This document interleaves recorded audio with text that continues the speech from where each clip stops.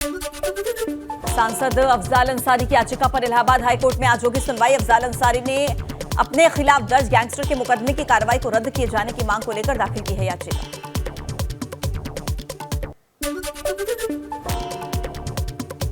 आज रामपुर की MP MLA court में बयान दर्ज कराने पहुंचेंगे आजम खान। आजम खान पर दर्ज एक और हेट स्पीच मामले में कोर्ट में होगी सुनवाई।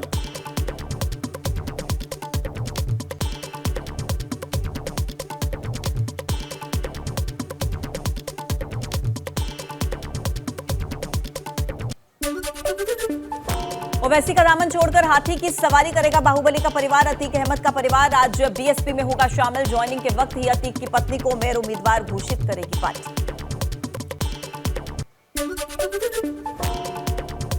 यूपी में कांग्रेस की भारत जोड़ो यात्रा का आखिरी दिन आज शामली से शुरू हुई यात्रा शाम को हरियाणा बॉर्डर पार करके पानीपत में एंट्री करेगी। ये अपनी जमीन पर नर्सरी बना के सिर्फ झाड़ बेचकर साल में 2 करोड़ कमाते हैं। उनके सीक्रेट्स को सीखना चाहते हैं तो फ्रीडम ऐप को अभी डाउनलोड करें। बागपत में भारत जोड़ो यात्रा के दौरान राहुल गांधी ने की नुक्कड़ सभा। कहा कि पार्लियामेंट में बोलता हूं तो माइक बंद कर देते, इसलिए जनता की बात सुनने आया।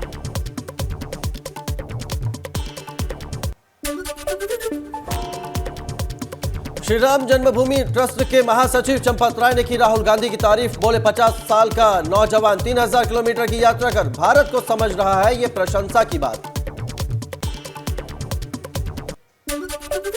यूपी निकाय चुनाव पर सुप्रीम कोर्ट का बड़ा आदेश। जनवरी में बिना आरक्षण के चुनाव वाले आदेश पर लगाई रोक। 31 मार्च तक ओबीसी आयोग से आरक्षण पर रिपोर्ट देने को कहा। अब 3 हफ्ते के बाद अगली सुनवाई।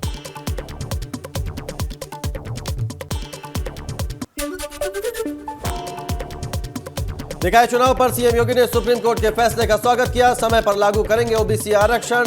यूपी सरकार चुनाव संपन्न कराने में सहयोग करेगी। सुप्रीम कोर्ट के फैसले पर डिप्टी सीएम केशव प्रसाद मौर्य का ट्वीट। संविधान ने आरक्षण दिया है तो मिलेगा ही। डबल इंजन सरकार का संकल्प, पिछड़ों दलितों के आरक्षण को कोई नहीं छीन सकता। ओबीसी आरक्षण को लेकर सुप्रीम कोर्ट के फैसले पर बोले ऊर्जा मंत्री ए के शर्मा। सर्वोच्च न्यायालय के फैसले का स्वागत। आरक्षण देकर चुनाव कराने में सरकार सहयोग देगी। मुजफ्फरनगर में कांग्रेस की भारत जोड़ो यात्रा पर बोले राकेश टिकैत। हमने संगठन के लोगों को यात्रा से जुड़ने से नहीं रोका। मैं यात्रा में नहीं होने जा रहा शामिल। सपा नेता आजम खान को सुप्रीम कोर्ट से लगा बड़ा झटका। यूपी में चल रहे मामलों को ट्रांसफर करने से किया इनकार। सुप्रीम कोर्ट की टिप्पणी, हाईकोर्ट जाएं या फिर याचिका ले लें वापस।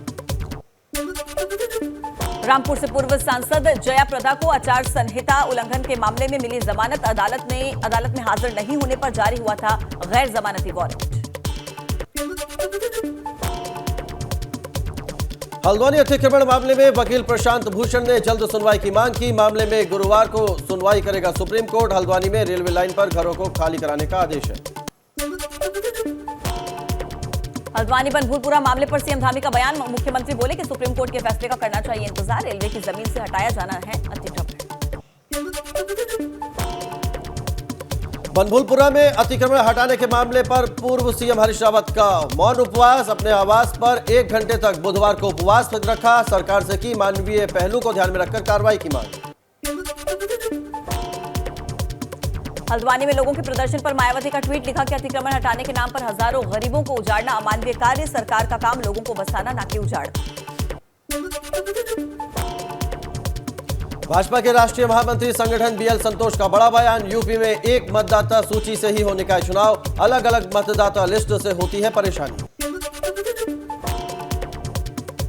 आज मदन भैया ने ली विधायक पद की शपथ। बीते कल ली थी विधायक पद की शपथ और विधानसभा अध्यक्ष सतीश महाना ने दिलाई शपथ। मुजफ्फरनगर की खतौली विधानसभा से आरएलडी के विधायक बने हैं मदन भैया। सपा विधायक इरफान सोलंकी की बढ़ी और मुश्किलें। इरफान सोलंकी के खिलाफ अब तक 52 शिकायतें पहुंची। शिकायतों के आधार पर कई और मामले हो सकते हैं दर्ज। ये अपनी जमीन पर नर्सरी बना के सिर्फ झाड़ बेचकर साल में 2 करोड़ कमाते हैं। उनके सीक्रेट्स को सीखना चाहते हैं तो फ्रीडम ऐप को अभी डाउनलोड करें।